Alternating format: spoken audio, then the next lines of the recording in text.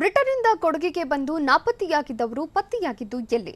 ಮೈಸೂರಿನ ಪ್ರವಾಸಿ ತಾಣದಲ್ಲಿ ಪ್ರವಾಸಿಗರ ದಂಡು ಹೇಗಿದೆ? ರೂಪಾಂತರಿ ಪತ್ತೆಯಾಗಿದ್ರು ಕೊರೋನಾಗೆ ಡೋಂಟ್ ಕೇರ್ ಎಂದಿದ್ದಲ್ಲಿ ನೋಡೋಣ ಸ್ಟೇಟ್ ನ್ಯೂಸ್ ಎಕ್ಸ್‌ಪ್ರೆಸ್‌ನಲ್ಲಿ. ಬ್ರಿಟನ್ನಿಂದ ಕೊಡಗು ಜಿಲ್ಲೆಗೆ ಬಂದ 5 ನಾಪತ್ತೆ ಸಂಬಂಧ 4 ಮಾಹಿತಿ ಪತ್ತೆಯಾಗಿದೆ. 4 ಬೇರೆ ಬೇರೆ ಜಿಲ್ಲೆಗಳಲ್ಲಿ ಇದ್ದು ಆಯಾ ಜಿಲ್ಲೆಗಳಲ್ಲಿ ಅವರ ಬಗ್ಗೆ ಮಾಹಿತಿ ರವಾನಿಸಲಾಗಿದೆ. ಜಿಲ್ಲೆಗೆ ಬಂದಿದ್ದ 20 ಜನರ ಪೈಕಿ 12 ಜನರಿಗೆ ಕೊರೋನಾ ನೆಗೆಟಿವ್ ಬಂದಿದ್ದು ಜಿಲ್ಲಾಡಳಿತ 3 ಕೋವಿಡ್ ವರದಿ ನಿರೀಕ್ಷೆಯಲ್ಲಿದೆ. ಈ ಬಗ್ಗೆ ಕೊಡಗು ಜಿಲ್ಲಾಧಿಕಾರಿ ಅನೀಸ್ ಕಣ್ಮಣಿ ಜಾಯ್ ಮಾಹಿತಿ ಕೊಟ್ಟಿದ್ದಾರೆ. ರೂಪಾಂತರ ಕೊರೋನಾದಿಂದ ರಾಜ್ಯದ ಬಹುತೇಕ ಪ್ರವಾಸಿ ತಾಣಗಳು ಬಂದಾಗಿದೆ. ಆದರೆ ಮೈಸೂರಿನ ಪ್ರವಾಸಿ ತಾಣಗಳಿಗೆ ನಿರ್ಬಂಧ ಇಲ್ಲ. ಮೈಸೂರು ಅರಮನೆ ಮೃಗಾಲಯದಲ್ಲಿ ಪ್ರವಾಸಿಗರ ದಂಡೇ ಸೇರಿದ್ದು ಹೊಸ ವರ್ಷಕ್ಕೆ 2 ದಿನಕ್ಕೂ ಮುದ್ದೆ ಪ್ರವಾಸಿಗರು ಆಗಮಿಸಿದ್ದಾರೆ. ಜನವರಿ 1ರಂದು ಚಾಮುಂಡಿ ಬೆಟ್ಟಕ್ಕೆ ಮಾತ್ರ ಪ್ರವೇಶ ನಿರ್ಬಂಧ ಇದ್ದು ಅರಮನೆ ಮೃಗಾಲಯ ಸೇರಿದಂತೆ ಎಲ್ಲವೂ ಓಪನ್ ಇರಲಿದೆ.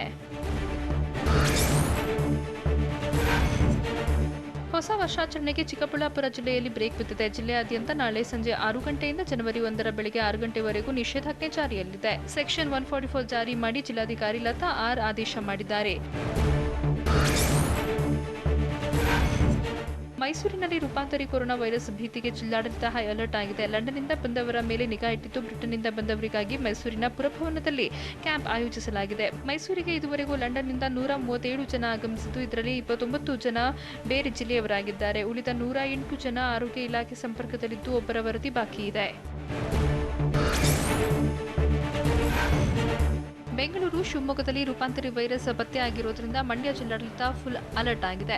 ಬ್ರಿಟನ್ನಿಂದ ಬಂದವರ ಮೇಲೆ ಆರೋಗ್ಯ ಇಲಾಖೆ ಹದ್ದಿನ ಕಣ್ಣಿಟ್ಟಿದ್ದು ಕಾಂಟ್ಯಾಕ್ಟ್ ಟ್ರೇಸಿಂಗ್, ಕ್ವಾರಂಟೈನ್ ನಿಯಮ ಕಡೆ ಹೆಚ್ಚಿನ ಗಮನ ಇಡಲಾಗಿದೆ. ವಿದೇಶದಿಂದ ಯಾರೇ ಬಂದರೂ ತಕ್ಷಣವೇ ಆರ್ಟಿಪಿಸಿಆರ್ ಟೆಸ್ಟ್ ಮಾಡಲಿದ್ದು ಈವರೆಗೂ ಬ್ರಿಟನ್ನಿಂದ ಮಂಡ್ಯಕ್ಕೆ 18 ಜನ ಆಗಮಿಸಿದ್ದಾರೆ. ಈ ಪೈಕಿ 17 ಜನರ ವರದಿ ನೆಗೆಟಿವ್ ಬಂದಿದ್ದು ಓರ್ವ ನಾಪತ್ತೆಯಾಗಿದ್ದಾನೆ.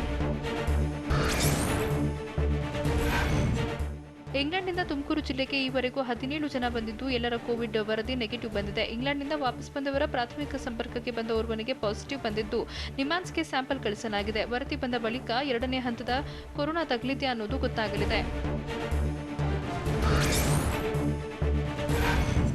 ನವೆಂಬರ್ 25ರಿಂದ ದಾವಣಗೆರೆ ನಗರಕ್ಕೆ 10 ಜನ ವಿದೇಶದಿಂದ ಆಗಮಿಸಿದ್ದು ಎಲ್ಲರ ವರದಿ ನೆಗೆಟಿವ್ ಬಂದಿದೆ. ಮುಂಜಾಗ್ರತಾ ಕ್ರಮವಾಗಿ ಎಲ್ಲರಿಗೂ ಪ್ರತ್ಯೇಕವಾಗಿ ಇರೋಕೆ ಸೂಚನೆ ನೀಡಲಾಗಿದೆ. ಮೇಲಾಗಿ ವಿದೇಶದಿಂದ ಬಂದ 10 ಜನರಲ್ಲಿ 9 ಜನ ದಾವಣಗೆರೆ ನಗರದಲ್ಲೇ ಇದ್ದಾರೆ. ಇವರ ಬಗ್ಗೆ ನಿರಂತರವಾಗಿ ಮಾಹಿತಿ ಸಂಗ್ರಹಿಸೋಕೆ ವೈದ್ಯರ ತಂಡ ರಚನೆ ಮಾಡಲಾಗಿದೆ ಅಂತ ದಾವಣಗೆರೆ ಜಿಲ್ಲಾಧಿಕಾರಿ ಮಹಾಂತೇಶ ಬೀಳಗಿ ಮಾಹಿತಿ ನೀಡಿದ್ದಾರೆ. ಗದಗದಲ್ಲಿ 15ಕ್ಕೂ ಹೆಚ್ಚು ಮಕ್ಕಳು ತೀವ್ರ ಅಸ್ವಸ್ಥಗೊಂಡಿದ್ದಾರೆ. ಈ ಬಗ್ಗೆ ಮಕ್ಕಳ ತಜ್ಞ ಡಾಕ್ಟರ್ ಜಯರಾಜ್ ಪಾಟೀಲ್ ಟಿವಿ9ಗೆ ಮಾಹಿತಿ ನೀಡಿದ್ದು, ಮಕ್ಕಳಲ್ಲಿ ಕೊರೋನಾ ಇದ್ದಾಗ ಗೊತ್ತಾಗ್ತಿಲ್ಲ, ಆದರೆ ವೈರಸ್ ಬಂದು ಹೋದ ಬಳಿಕ ಮಕ್ಕಳ ಮೇಲೆ ಪರಿಣಾಮ ಬೀರುತ್ತದೆ. ವಿಪರೀತ ಜ್ವರ, ಮೈ ಕೆಂಪಾಗುವುದು, ಹೊಟ್ಟೆ ನೋವು, ಲೋ ಬಿಪಿಯಿಂದ ಮಕ್ಕಳು ಬಳಲ್ತಿದ್ದಾರೆ ಅಂತ ತಿಳಿಸಿದರು. ರಾಜ್ಯದಲ್ಲಿ ಬ್ರಿಟನ್ ರೂಪಾಂತರದಿಂದ ತೀವ್ರ ಆತಂಕ ಮನೆ ಮಾಡಿದೆ. ಆದರೆ ಗ್ರಾಮ ಪಂಚಾಯಿತಿ ಚುನಾವಣೆಯ ಮತ ಎಣಿಕೆ ವೇಳೆ ಸಾಮಾಜಿಕ ಅಂತರಕ್ಕೆ ಹಲವೆಡೆ ಡೋಂಟ್ ಕೇರ್ ಎನ್ನಲಾಗಿತ್ತು. ಯಾದಗಿರಿಯಲ್ಲಿ ಮತ ಎಣಿಕೆ ಕೇಂದ್ರಕ್ಕೆ ಹೋಗೋಕೆ ನೂಕುನುಗ್ಗಲು ಉಂಟಾಗಿತ್ತು. ಇನ್ನು ಕಲಬುರಗಿ ನಗರದ ಸರ್ಕಾರಿ ಪಾಲಿಟೆಕ್ನಿಕಲ್ ಕಾಲೇಜು ಮುಂದೆ ಜನಸ್ತೋಮವೇ ಸೇರಿತ್ತು.